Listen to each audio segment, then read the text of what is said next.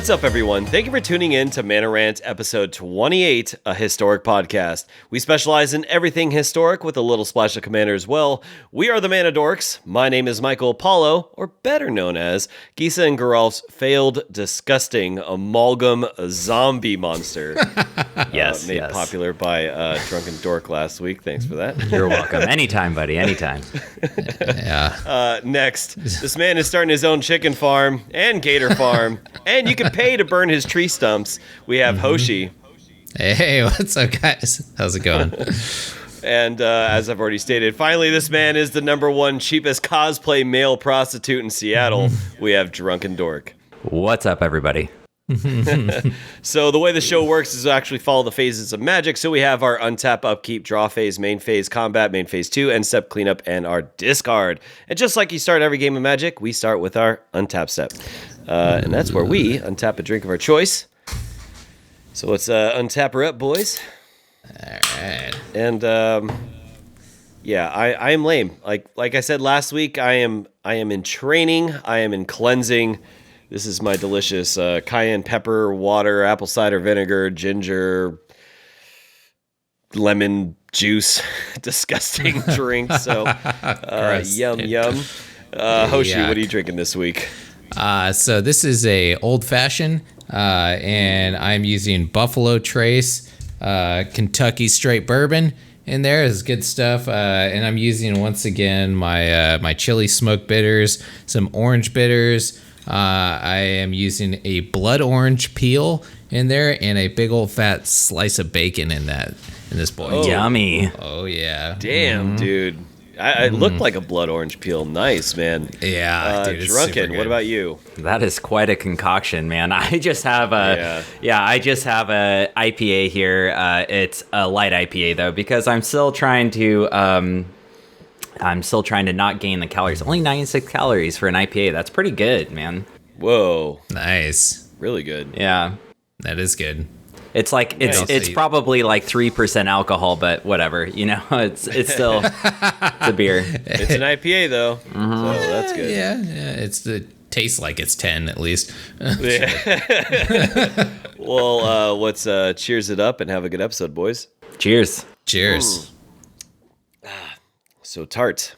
All right, after our untap step, we go into our upkeep.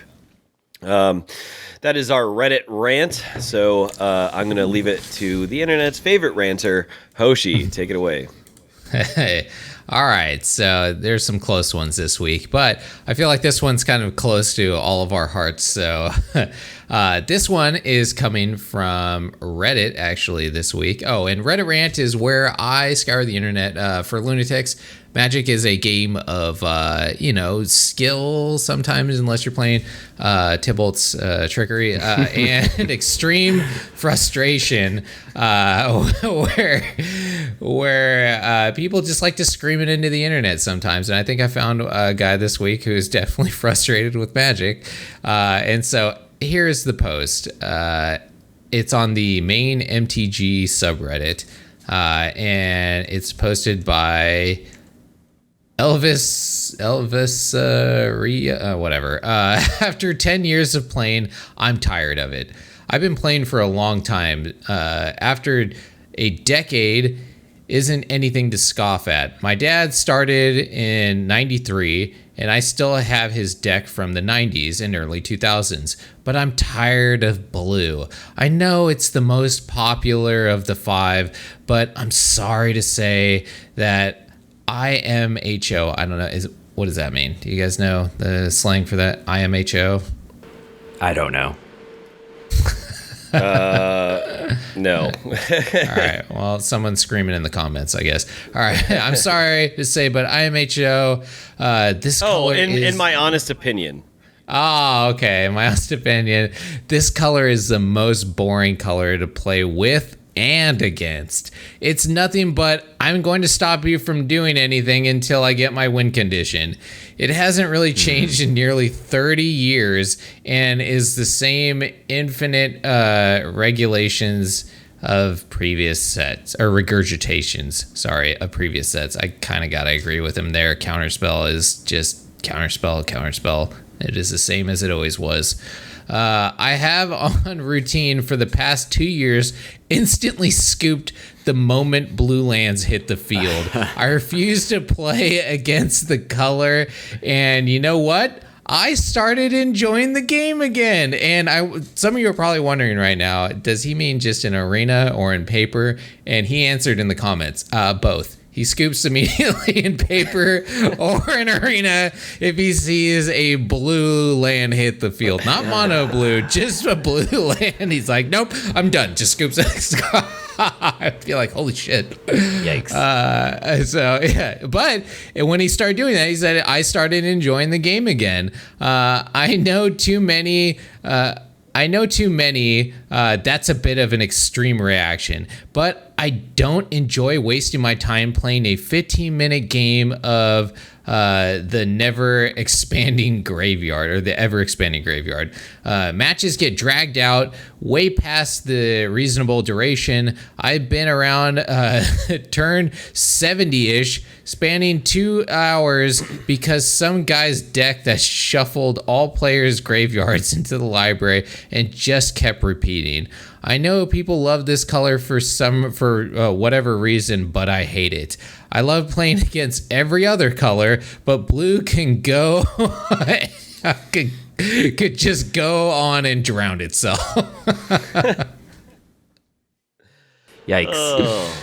Ban Islands, man. right? Ban Islands. Yeah, That's ban Islands. I agree. You know what? I gotta say, I sympathize with this guy a little bit. Blue is probably the least fun color to play against, and I think that if you look at the internet at all and the way that the internet reacts to the strategies that blue plays, this guy's not the only person that feels that way. I know, Drunken Dork, you adamantly agree with this or disagree with this because you love blue, right? Blue's your favorite color, isn't it? No, blue is not. Black is my favorite color. Oh, black is okay. Yeah, black and probably red, honestly, and blue and red are pretty close to each other. I understand what this person's saying, but my God, man, that I would literally laugh out loud if I played an island and someone was like, "Nope." I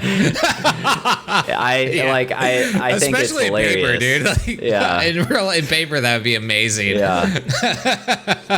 Imagine Especially sitting at a commander table with 3 other players, and no one can. Yeah. He doesn't say. I don't think he says what format he's playing.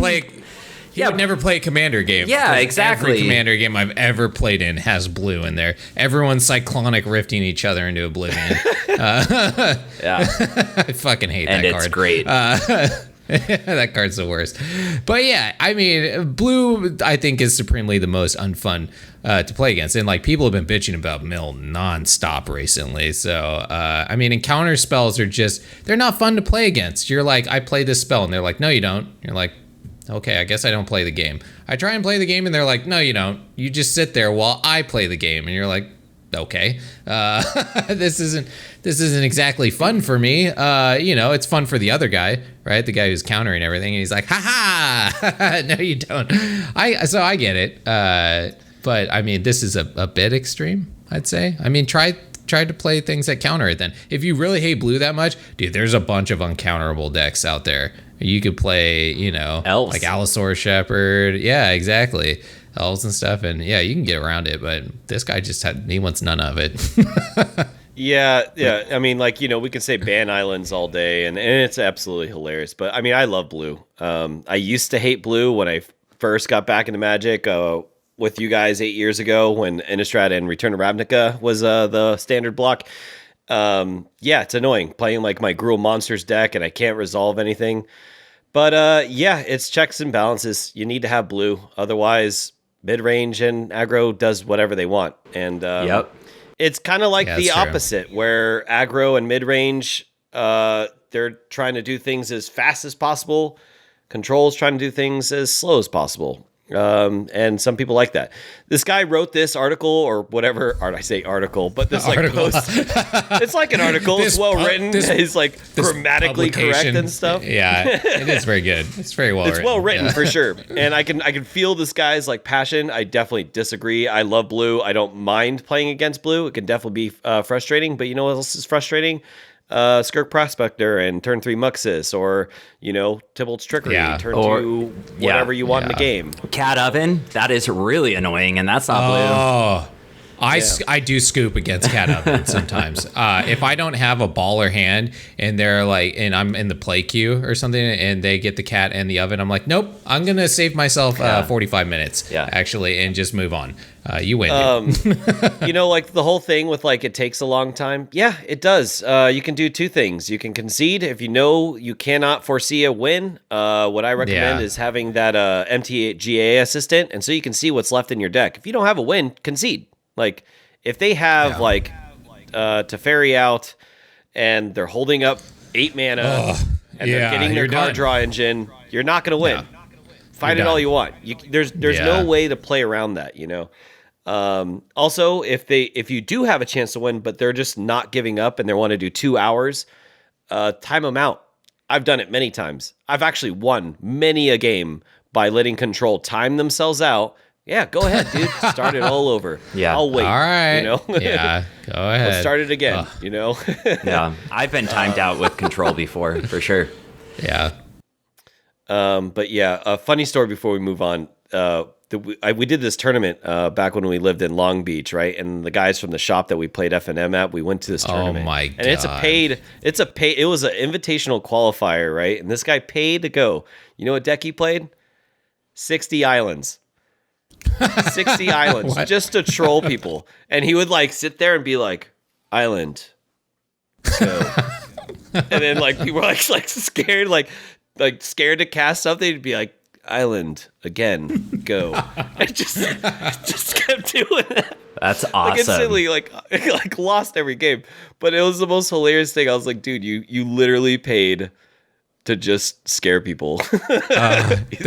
The guy that I remember from your guys' shop back then was the I'll allow it guy, where he was a control player. He was an Azorius control player. He's the worst, dude. He was he'd sit there and he'd shuffle his cards around like this. He'd go and he'd be like, "Okay, I'll allow it. Yeah. And you're like, "Oh, thank you for allowing me to play the card." My turn one Llanowar Elves. Yeah. And he'd be like, "Wait." I remember come on, that. dude. If that guy could have pasted on a Teferi avatar on his face, he would have for sure.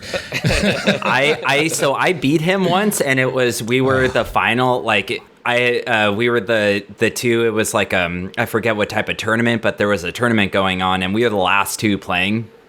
We were the finalist, and I beat him, and he literally got up his chair, he threw his chair, and he's like, "This is bullshit. You shouldn't have won. You shouldn't have played it like that. I shouldn't have lost this." I was like, well, it happened. I won. Because he was he's down to 0. He was a judge too, so he thought he knew everything, and he stormed off, and he just left. And yeah, it was hilarious. This is my hot take on this. I think some people that play control literally have control issues in their life, like that guy. All right. Yeah. They're like, "No, I will not allow you to do this." Like that dude for sure. I'll allow it. Sure. Yeah. Fine. Yeah. Fine. I remember he used to beat me all the time when I was just getting back in, and I was playing my Rakdos Vampires deck. It was just a funny tribal deck. And then when I got serious and I was playing Gruul, Storm Breath Dragon, Pelucranos, that Gruul Monsters core, which was such a good deck. And I remember I beat him, and he was super upset, just very fucking grumpy, dude. Oh my god, I don't know why people do that. I don't know. Cool dude, super cool guy. Magic the Gathering, man. Woo! Well, we ranted on that one for a bit. Yeah, we did. Yeah, a little bit. That was our Reddit rant, I guess. Yeah, for real. It's good though. All right, well, if you guys have a Reddit rant that you can find out there on the internet where you're like, wow, what a lunatic, send it to us. I love lunatics. I love reading their stuff, so maybe we'll read it on the show. All right, back to you, Paulo. All right, so after our upkeep is our draw phase, and that's just what other Magic formats we've been playing this week. It doesn't have to be necessarily playing, could be anything Magic related. So let's turn over to Drunken Dork. What have you been doing this week in Magic? I've been playing as much Kaldheim Historic as I possibly can. It's so much fun. Mostly, I've just been like playing with black green elves. I fucking love elves, and I have like 4 different elf decks right now, and they're all Golgari, and they all play a little bit differently. And you should, I mean, by the time this comes out, I'll already have a gameplay video out, so you should all watch it if you haven't seen it yet. It's a lot of fun. I play best of 3 elves. It's great. Hell yeah. Hoshi, what about you? Oh man, I've been all up in the Kaldheim. I've been playing Historic and I've been playing Standard actually, which is surprising. I'm playing Standard on my girlfriend's account to like try and get her like a new deck, and it's really funny seeing the difference between Historic and Standard. Standard, just if you guys didn't know, is a trash can dumpster fire. It's terrible. It's all control right now. So, and not only that, I didn't realize how much people play slower in Standard than they do in Historic.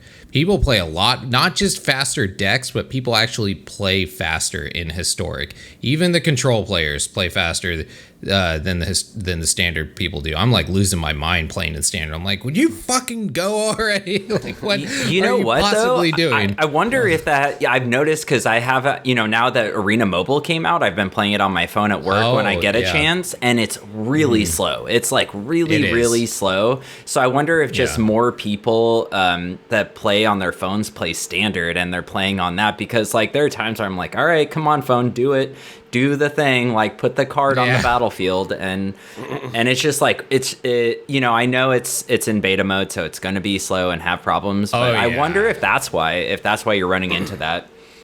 Maybe, yeah. I mean, but it's only in Standard. I'm not running into it in Historic, so I don't know. But I've been playing a bunch of decks. The Angel deck I fucking love. It is so good, and it's so fun to play. And then I'm playing a Golgari Walker's deck with Vorinclex and the guy that foretell makes every card foretell in your hand, and that is a lot of fun. Really strong deck actually too. And then I'm screwing around with a bunch of stuff, like I'm playing with the Tentacle Monster guy, trying to get him to work in like a Is It deck, and it's not working. That one's not working. But I'm also playing Golgari Elves, which is, dude, so good. I love Elves, and that deck is great, and it's got a bunch of new spice added into that deck. So I've been playing too much this week. Nice, dude. As for myself, I've also been deep in the Kaldheim. Man, these cards are so fucking cool. It has shaken up the format, and I think in such a great positive way, -1 card.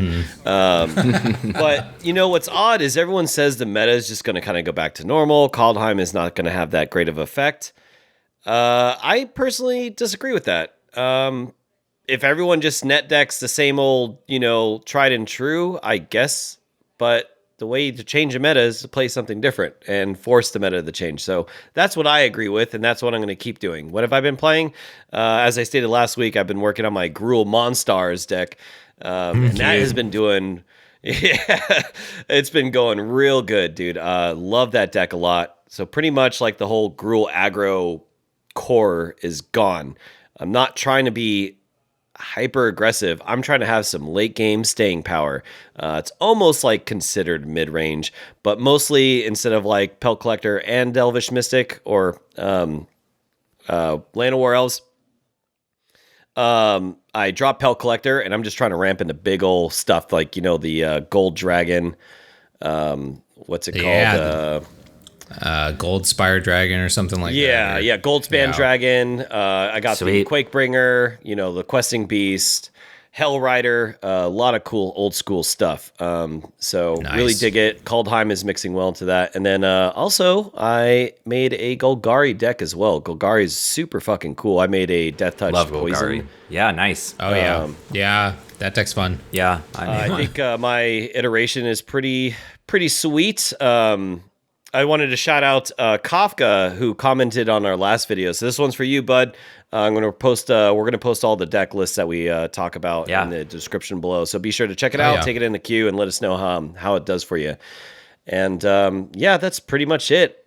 Just fine tuning, Yeah. Sweet. But after our draw phase, we go into our main phase. So as we talked about last week, theory crafting. And then in combat, we talked about the brews and what we're brewing with, what's working, what isn't, Well, that's what we're going to discuss this week. And how perfect, because Hoshi not only kind of predicted this, he also made a gameplay video, which is doing really good. So be sure to check out that video on our YouTube channel. But we're going to go over his deck list, and we're going to talk about his Orzhov Angels deck and talk about what's working and what isn't and what changes could be made. He's obviously more of a best of one player, but me and Drunken Dork will go in and discuss some possible best of three changes. So Hoshi, why don't you take it away? It's your deck. Explain how it works and all that stuff. Yeah, so this is the Angels deck that I've been playing. It's really good, and I'm surprised we got a bunch of new Angels, like the Righteous Valkyrie, which was the one that I was really hype on, and it's been performing very well. What I did not expect out of this deck that I ended up getting was an extreme amount of life gain. This deck is super explosive with life gain. You can be up to 100 life pretty easy if you don't get your stuff removed. So I changed up the deck a little bit because I went pretty heavy on Angels to begin with. And then I started adding in a little bit more utility with like Soul Warden, Speaker of the Heavens, and then I tried Dream Devourer actually too to foretell stuff to make things a little bit cheaper because this is Orzhov and Orzhov doesn't have ramp. So I got a couple Mind Stones in there as well. But I mean, there's the Youthful Valkyrie in there, which I said was going to be a really good card and make an Angel deck possible when I first saw this thing. I was like, oh, that's going to be great. And lo and behold, it's in every single Angel deck that's out there now. It's really good. The Speaker of the Heavens has been really good for a long time. The thing about this deck is it's Angels and Clerics, basically.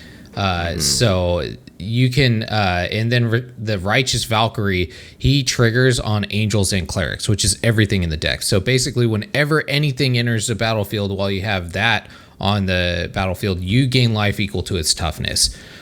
So you're just gaining a ton of life. He gives you +2/+2 once you reach a certain level.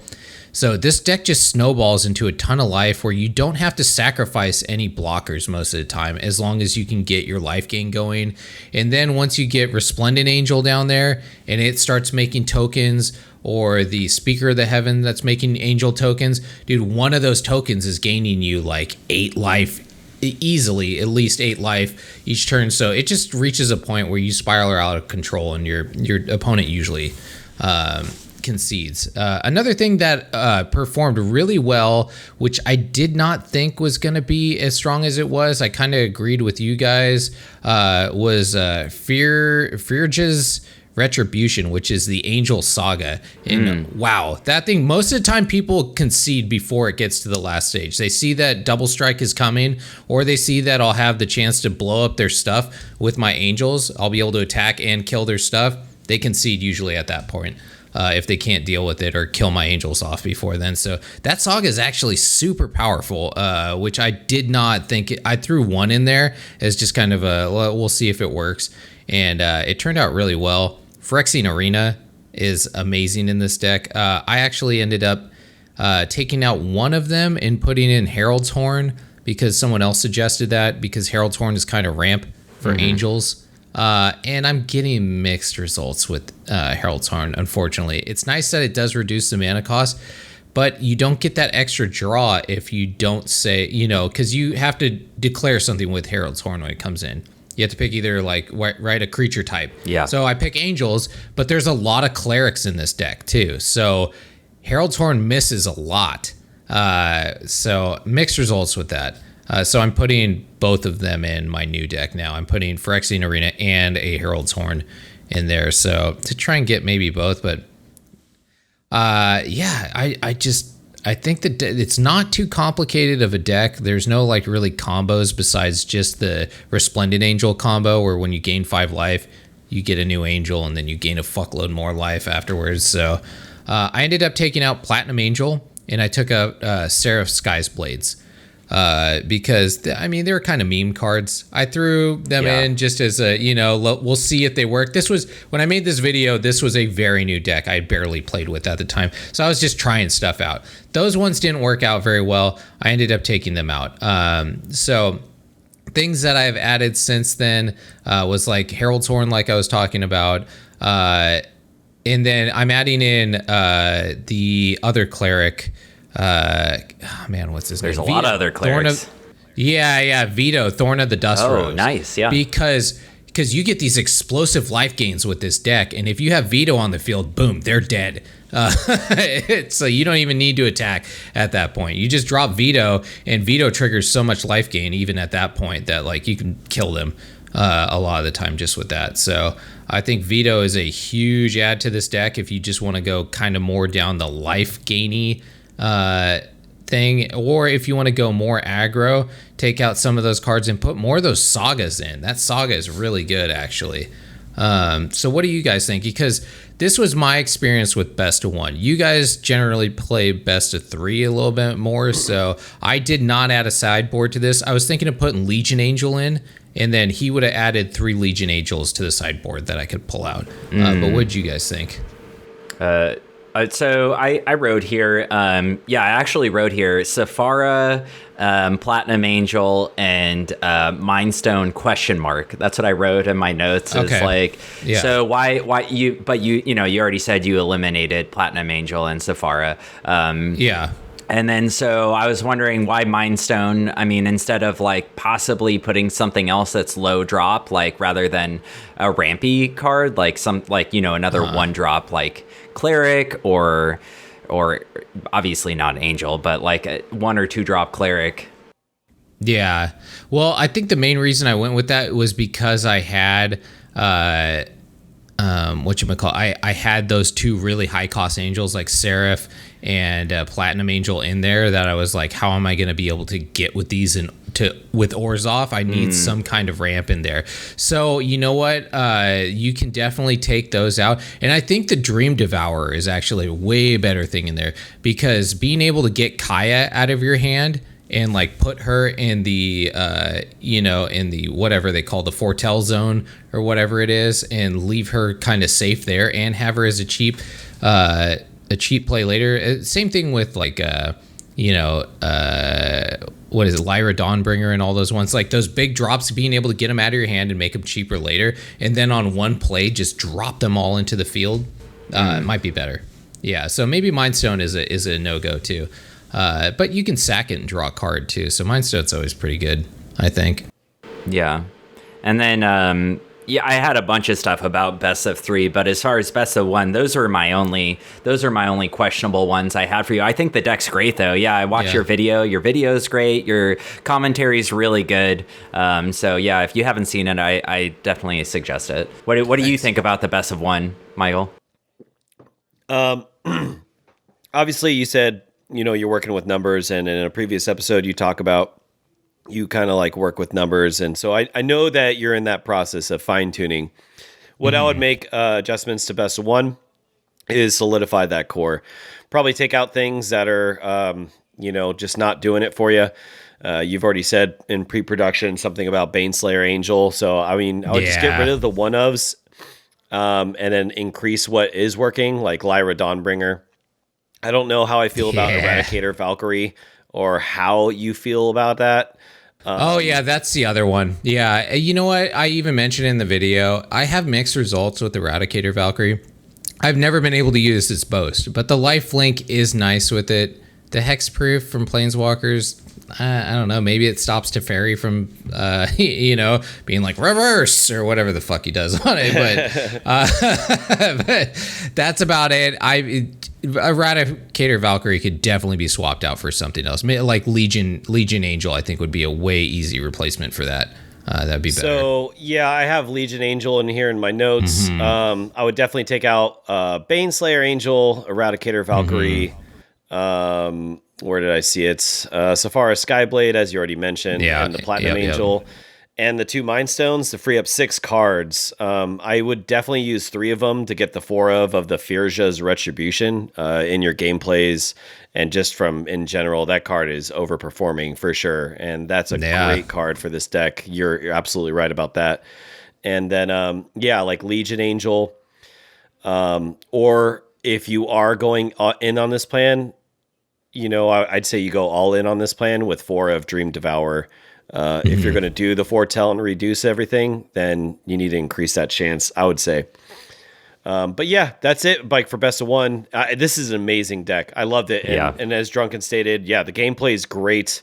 Can't understate it enough. You guys got to check it out. And it's really cool. It's completely different. It plays awesome. It's like old school Magic. Yeah, fucking love the deck, dude, for sure. I did actually make one note for a suggestion for best of 1, but I don't know how good it would be as a card draw card was Mentor of the Meek, because you have a lot of cards that Mentor of the Meek would trigger from. Like you do have a lot of angels, but a lot of your angels actually trigger Mentor of the Meek. And the problem is like just having the mana to sink into it, I think, is the only problem. That's why I put another question mark behind that, because I don't know actually how well that would perform. It's so hard to get good card draw in white. There's a lot in black, but it's all like, pay life or sacrifice creatures and stuff like that. That's why Phyrexian Arena, I think, is great in this one, because life is just not a problem in this deck. Yeah. It's card draw really is where you suffer. And so Phyrexian Arena, I think, is just it can't go out. It's I like it. Yeah, I think it slots in really good. It's just the double black makes it a little difficult. Yeah, because there's not a lot of black in the deck. But yeah. Oh shit! Right, cool, I missed that too. Yeah, and Castle Lochthwain, that had a question mark. Why don't you have Castle Lochthwain in here? Like at least one. I thought I did. Did I not? Okay, no. Maybe it's because of the black. Maybe it's because I am running 12 black manas in this deck, or black lands. So, I should add one. That's anytime you have a black. Yeah, that was just a mistake, I guess, there on putting that in there. Yeah, that should definitely be included as well. Okay, because that card is great. Yeah, it's a really good. Yeah, it's like the best black land. So yeah, for sure. Yeah, good point. And then, so best of 3, I have a lot here for sideboard, and obviously, like my idea with this, if you were to take this to best of 3, which I might, like if I have the spare wild cards, which I don't right now. This is not a budget deck at all. No, it's not. Unfortunately. Mine would be to like kind of turn it into almost like a Death and Taxes in the sideboard, with like, cards like Hushbringer. I love that card, and I think it's a great sideboard card. I have Containment Priest in here, Thalia, Skyclave, Apparition, of course, Grafdigger's Cage, because all sideboards need Grafdigger's Cage at this point in Historic. Yes, very true. And then and Thoughtseize, which black is, I think, like if you have a deck with black in it, and if you're not running Thoughtseize in the main board, I think it's almost always like an auto include in the sideboard. I agree. Yeah. And then finally, Blood Chief's Thirst, because like it's funny, Fatal Push I thought was so strong before, but I've noticed after playing a lot of black recently, Blood Chief's Thirst, even though it's sorcery speed, is just so much. I think it's so much better because the versatility on it is like it's incredible. Like you get to destroy planeswalkers, you get to like it doesn't just have to be a 2 cost or less. It can be more if you pay more, and it like. Later in the game, it just like it becomes very beneficial. I brought that up as a topic when Fatal Push was introduced, and you guys were like, "No, you're an idiot." Yeah, no, I know. I remember that. Yeah, I was like, "No, no, no." But right, I've never used Fatal Push, so maybe you guys are right. I mean, Fatal Push is good, and I still see it a lot. But like, and it is great in Historic. But like, just the versatility of Blood Chief's Thirst is so good. Yeah. But yeah, those were the ones I recommend. Just like, I think a lot of those cards really just tax people for things. Like Hushbringer is really good against Uro. I think that's bad in this deck though, because Hushbringer shuts down all of your life gain. in this deck. Yeah, it does. Destroy your engine. I think it works really good against a lot of things, though. Like, it works good like against goblins, and like sometimes it fucks this deck over. Sometimes the life gain isn't, like you remove something. That's the whole point of a sideboard, right? You're removing like one strategy and adding another. Like you're turning your semi-aggro deck into a more of a mid-range control-y deck. Mm-hmm. Yeah, that's true.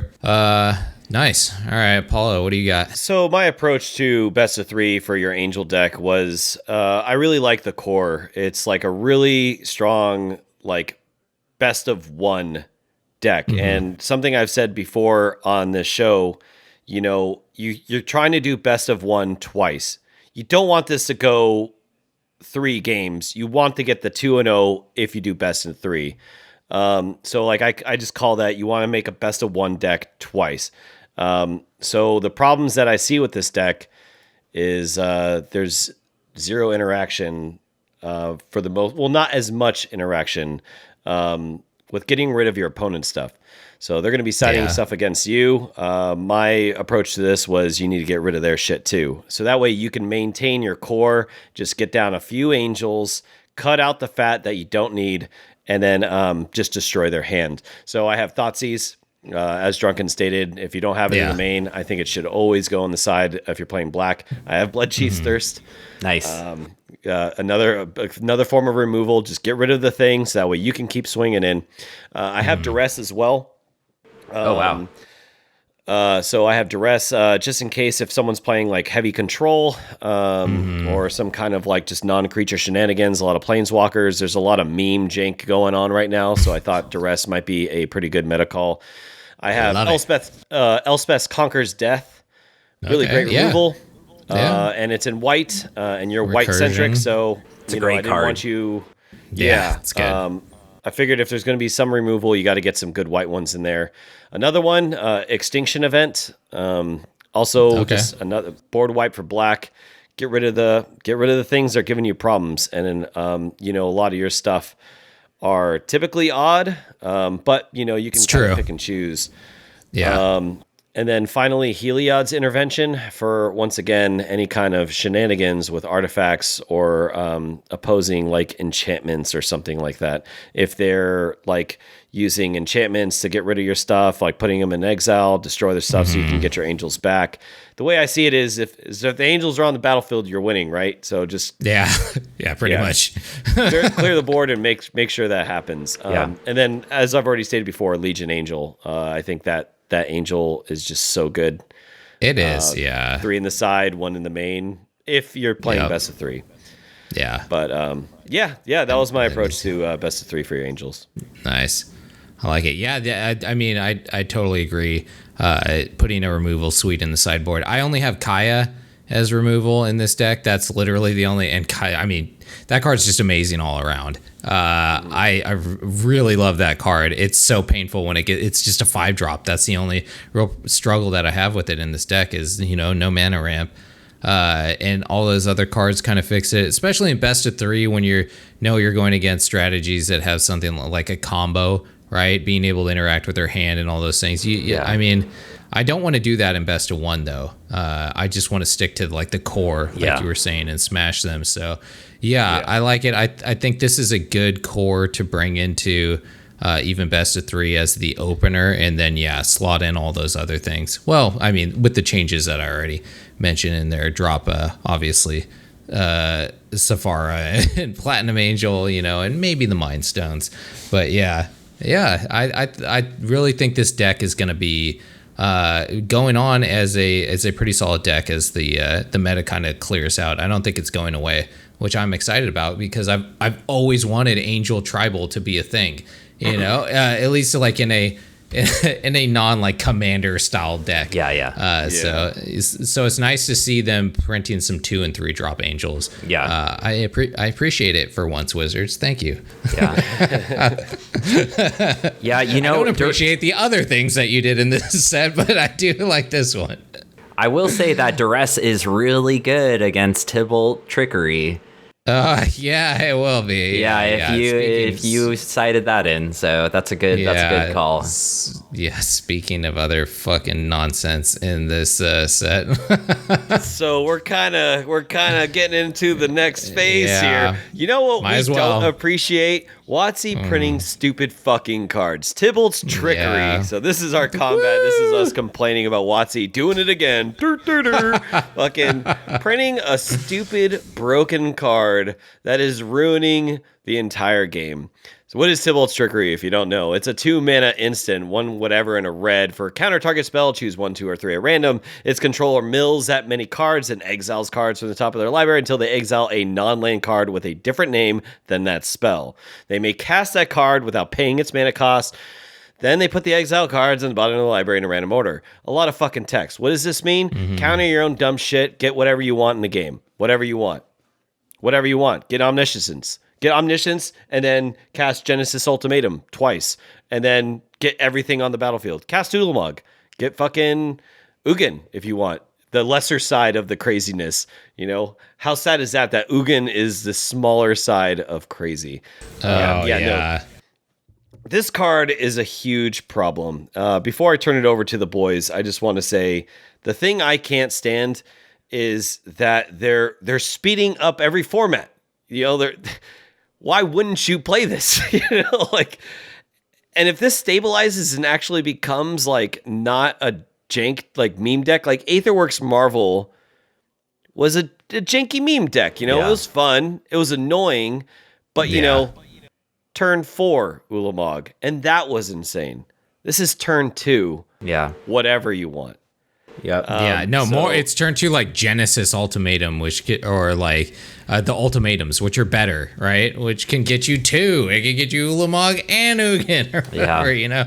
I literally saw a turn 2 Omniscience, and then he had Genesis Ultimatum, and then he had Ugin, and then with the card draw, he got another Genesis Ultimatum, and then fucking Ulamog, and I'm like, that's so good.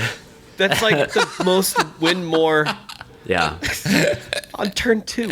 Yeah, that's pretty wild. You're like, what am I playing in Legacy? What the fuck is this? Yeah. Exactly. That's my problem with this. It speeds up every format too fast to where it's probably why you're seeing Control, because Control now has to have the syncopates. They have to have the 1 mana counters now. We need 1 mana counter spell. Like, counter spell's not good enough. Are you going to print Force of Will? We need it.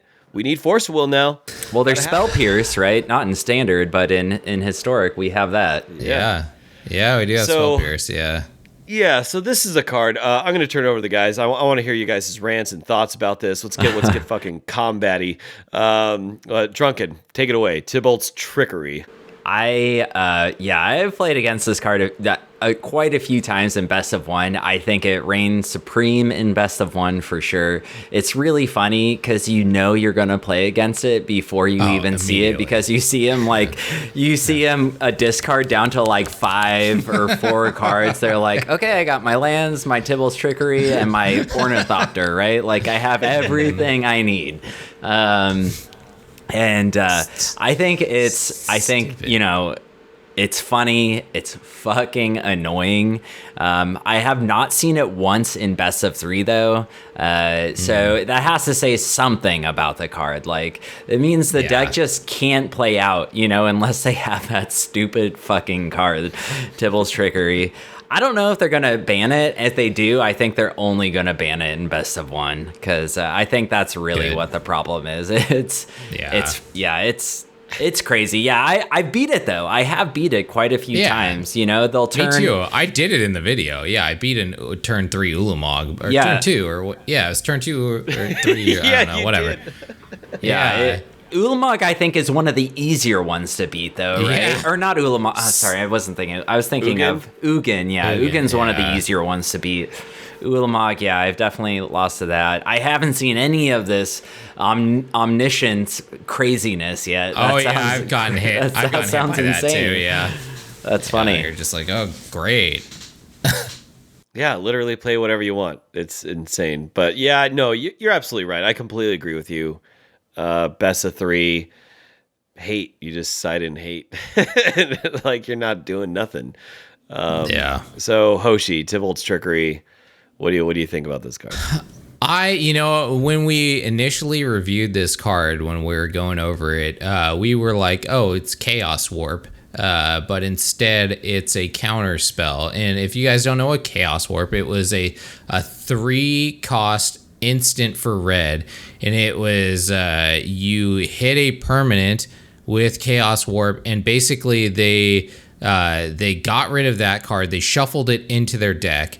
And then they revealed cards from the top of their deck until they revealed a permanent card, right? And then they could put that onto the battlefield. So it could backfire against you. So we were like, oh, okay, this is kind of like, a counterspell version of Chaos Warp. That's fine. Chaos Warp's not the greatest card, but it's pretty good removal, I guess, for red sometimes, if in Commander, if you're going against an insane card that's on the field like Avacyn or something like that, and you're like, I need to get rid of that card. And that's not what this turned out to be at all. Chaos Warp was also 3 mana, and it also was only permanents, which this is not. This is, Genesis Ultimatum, whatever. Turn 2, it does this, and you can do it on your own stuff. That was a real fuck up, I think, on their part, was that they didn't say only works on the opponent's stuff, because no one would run Tibalt'sTrickery. It would be like a bulk rare, most likely. But what the fuck? So this is my main problem with it, is WotC said that they've been doing hand smoothing and all this shit because they want to eliminate the possibility of non-games, right? Of non-games. What is it every time you play against Tibalt'sTrickery? It's a fucking coin flip, right? They're like, I got it. Oh, okay. Here we go. Pink. Genesis Ultimatum. Yay! I win the game. Or it's pink, ding, ding, ding, ding, ding, ding, ding, ding, ding, and then it's like fucking Ornithopter or whatever, and then they go, concede, kaboom, and immediately, they you're like, fucking awesome game we had there, guy. That was great. What a thrilling game of Magic that was. I sat there, watched you fucking flip a coin, and then you either won or exploded. Amazing. What a great game. Good job, Wizards. Fucking game of skill, right? Yeah, there. There's no skill. This burn decks are fucking 1,000 IQ compared to Tibalt'sTrickery decks. It's just fucking, it's nonsense. It's ridiculous nonsense. I don't want it in my format. That's all. It's stupid. Because I'll sit there and I carefully look at my hand and I'm like, should I mulligan this? I think I should, okay, I'm mulligan. Okay, this one's better. What do I got to put back? And then put that back. I'm like, okay, I think I have a decent game set up. And then the guy's like, Tibalt'sTrickery, me! Fucking head explodes and you're like, fuck, all right, I thought I was playing, a game of chess here. No, I'm playing I'm playing Yu-Gi-Oh! Yeah, exactly. Yeah, I thought that was the whole point of Magic. They're the step above the other TCGs. We're not Pokemon. Interaction. We're not Yu-Gi-Oh! We're the big brain game. And then they print this fucking garbage.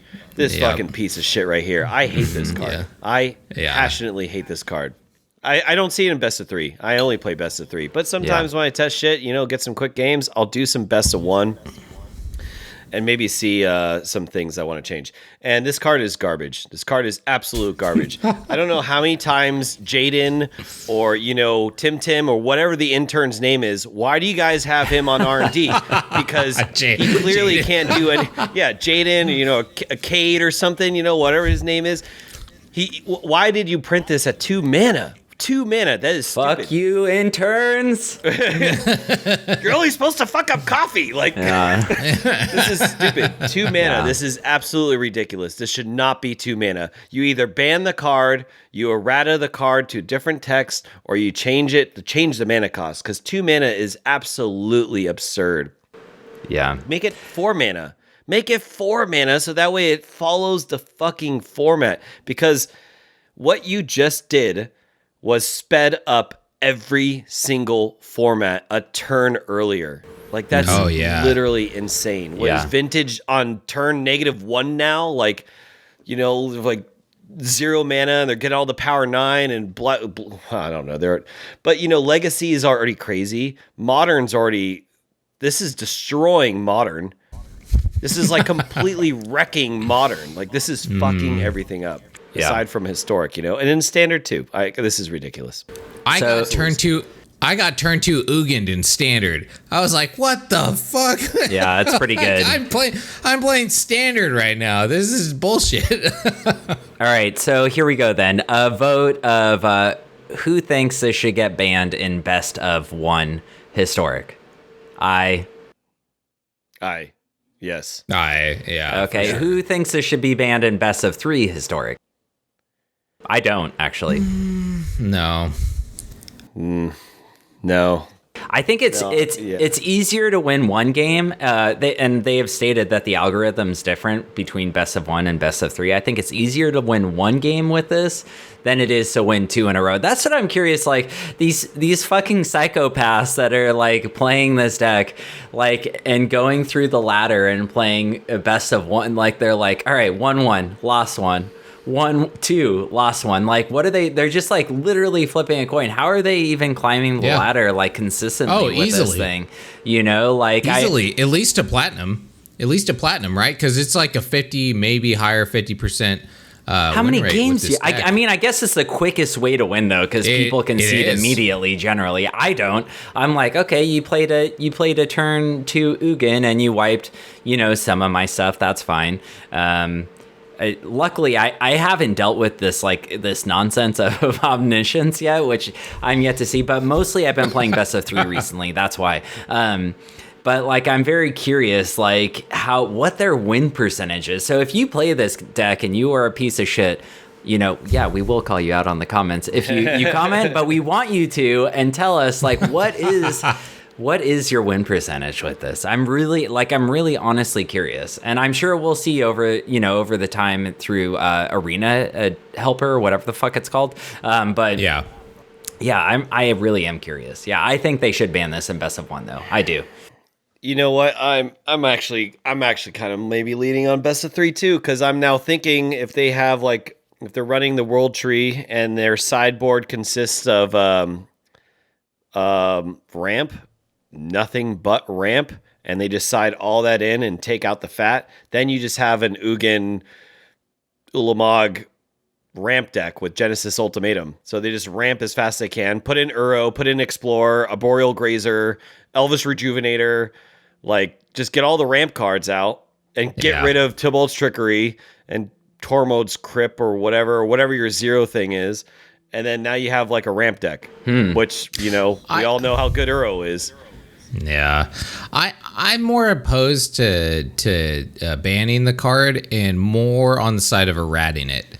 I think that they should just add in opponent's spell, instead of yours. That's it. Fixes it. You don't have to have it be a non-card, right? They can do that easily in Arena. And then, in paper it's annoying, but people could be like, hey, that's not how that card works anymore. Or whatever, right? Like check the official rules or whatever. And then they didn't just buy a pack and get a card that's fucking useless, So I think errating it is like the better solution for Arena and paper, honestly, because it's not a great card if you errata it, right? But it's still playable. You can still do shit with it. But if they errata it, like the good thing about having digital formats is like they can only errata it. Maybe they only errata it in digital formats, right? And then the card does what it does in Commander still, right? Like it still does the same thing in Commander.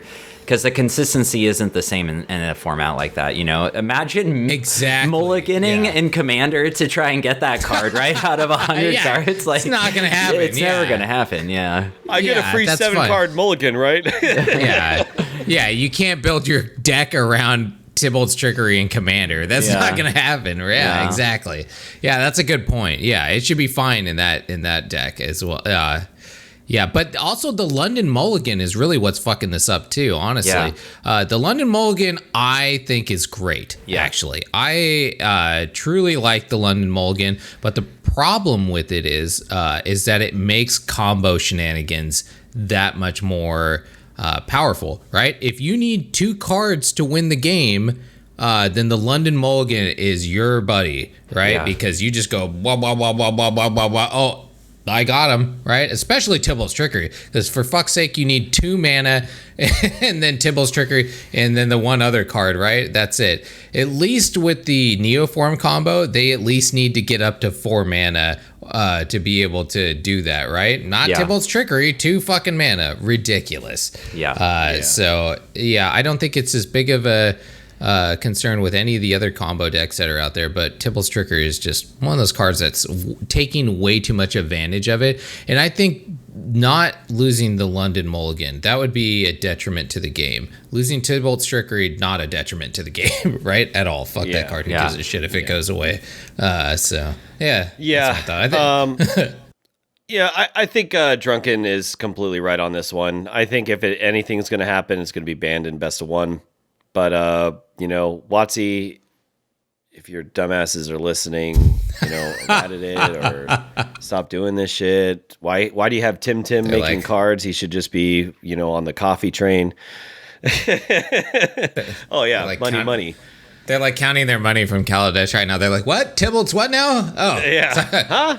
Sorry. You want another one? Sorry, what? It's selling really well? Sorry. We'll wait a month to ban it. Don't worry. We need to sell some more packs first. Right. Please cry more. I love drinking your salty tears. It's so delicious. So that is our combat. Let us know in the comments below what you guys thought. Should Tibalt's Trickery be banned? Should it be errated? Should they change the mana cost? And if it's banned, which should it be banned in? Best of 1? Which formats? Let us know in the comments below. We want to hear from you guys because we think this is absolute silly fuckery. And, surprise, surprise. Yes. WotC did it again. So after our combat is our favorite game, main phase 2, the horseshit card game. So I'm going to turn it over to Drunken Dork. He's going to tell us how to play. All right, everybody. So this is the horseshit card game. What this game is I name 4 cards. One of them is fake, and it's up to these 2 drunken idiots to figure out which one of those cards is fake. And this week, I didn't say it, but I open up a pack, and I pick 3 out of it. So this week, we're doing Masters 25. I didn't even know this set existed. I forgot that it came out. Yeah. I don't know that set at all. Yeah, it's basically it's the same thing as I've been doing recently, like Iconic Masters and Eternal Masters and shit like that. So yeah, I know those sound familiar though. Masters 25. It was like 25 years of Magic's history, I guess, like their 25th year, which is a weird year to do it. There's yeah, that is weird. Their dollar sign eyeballs are probably like, whoa, we're not making money. After 25, we need to do something. Well, they weren't doing. They clearly weren't doing the secret layers yet at that point. Yeah. Where the secret layer 9,000 they're already on right now. I know. My Little Pony versus fucking Luke Skywalker. Right. I have seen memes like that. Yeah. I'm gonna attach Luke Skywalker to Star Friendly Bear and Friendly Care Bear. Well, my rare is pretty good in it. That's a good thing. All right, I have the 4 cards. You got it. You're ready. Yeah, I am ready. Okay. Let me put some light down here. Oh my god! If any of you guys don't know how this works, Drunken Dork reads through the pack that he opened to try and find like the random cards that we're gonna have no idea what they are. Yeah. Oh, absolutely. I almost always pick draft cards like commons and uncommons. I probably wouldn't know those in Kaldheim, let alone whatever Masters 25 I've never heard of. I've been drafting more recently, so I've gotten a little bit, and I do this stupid game, so I've gotten a little bit better at it. That's good. All right, y'all ready? Sure. Let's do it. All right.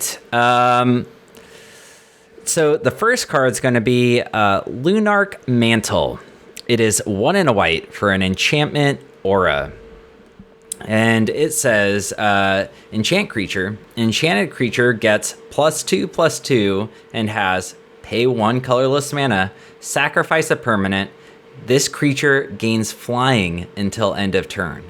And it is a common. Okay? The next card is Relentless Rats. It is 1 black. It is a creature rat at common.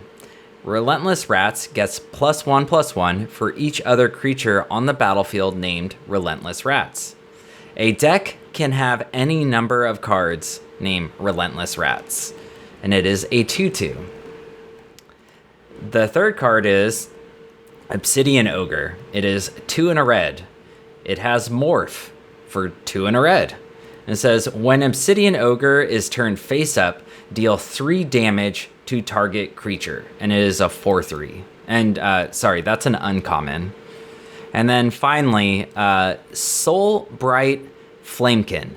It is 1 and a red for a creature elemental shaman. It is at common. And it says, pay 2 colorless, target creature gains trample until end of turn. If this is the 3rd time this ability is resolved this turn, you may add red to your mana pool, and it is a 2/1. The fuck? You add 7 red to your mana pool. Yeah. Yikes. So I don't remember who I started with last week, but I am going to start it with Apollo this week. Because you're more than likely gonna lose, buddy. Yeah. Oh, man. I am sitting on Obsidian Ogre and that last one you said.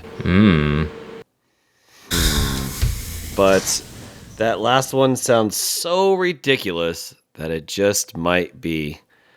I'm going to go with Obsidian Ogre as horseshit. Final answer. Obsidian Ogre as horseshit. All right, Hoshi, what do we got, buddy?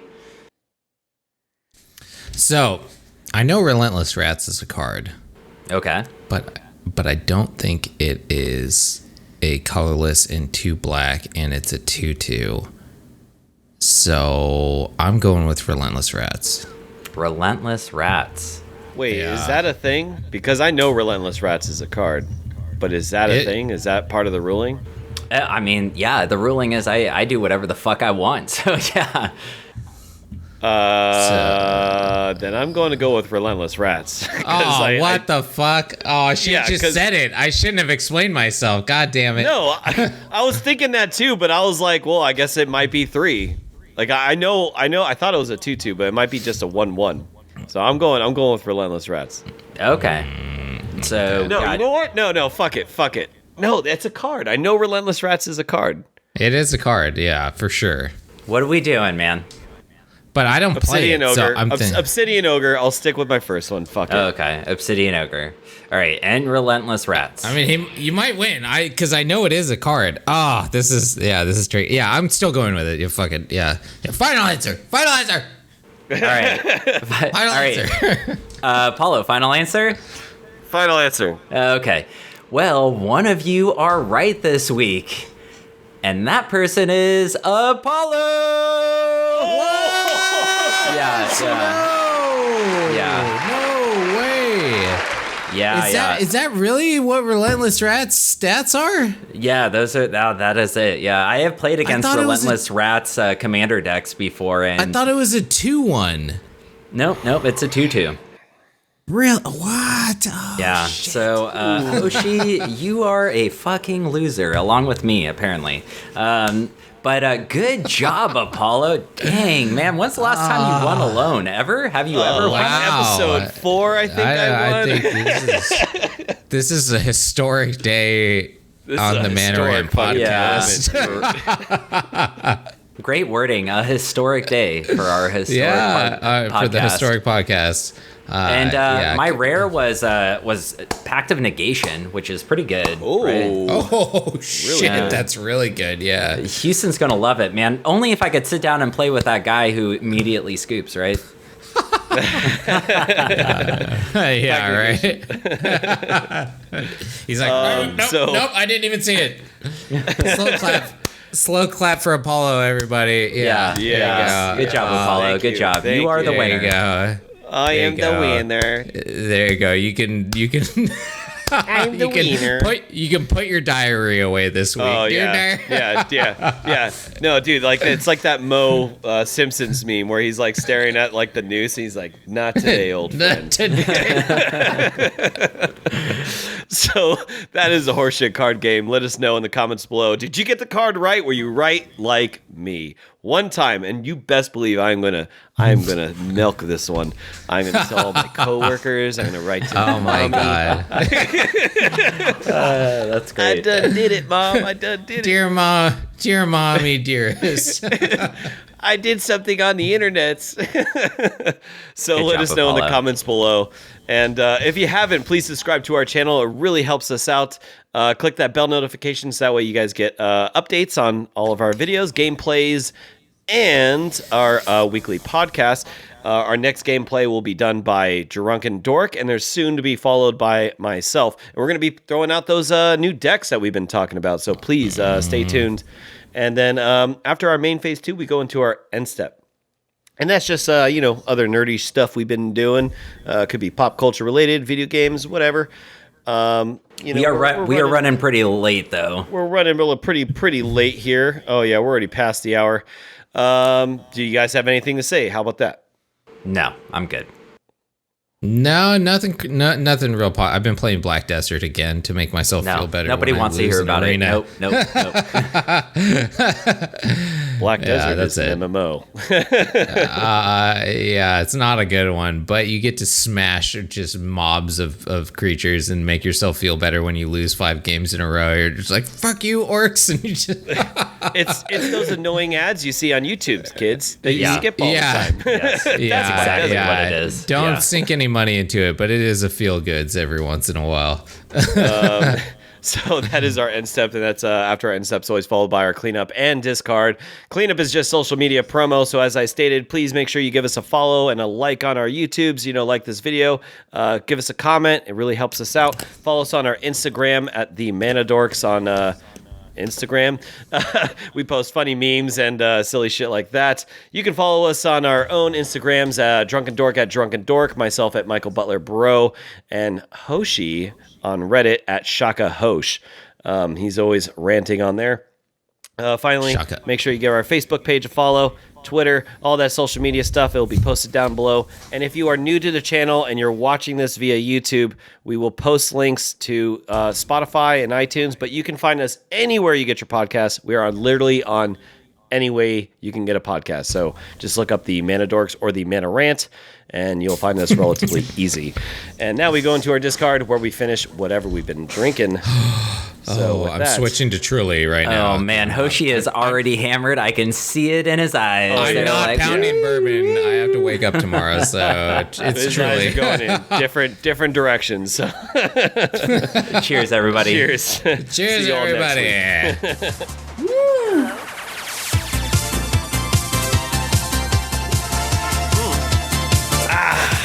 Oh yeah. Oh, that was tasty. Oh man. Not tasty. Oh, that's tasty. Oh. Tasty, tasty.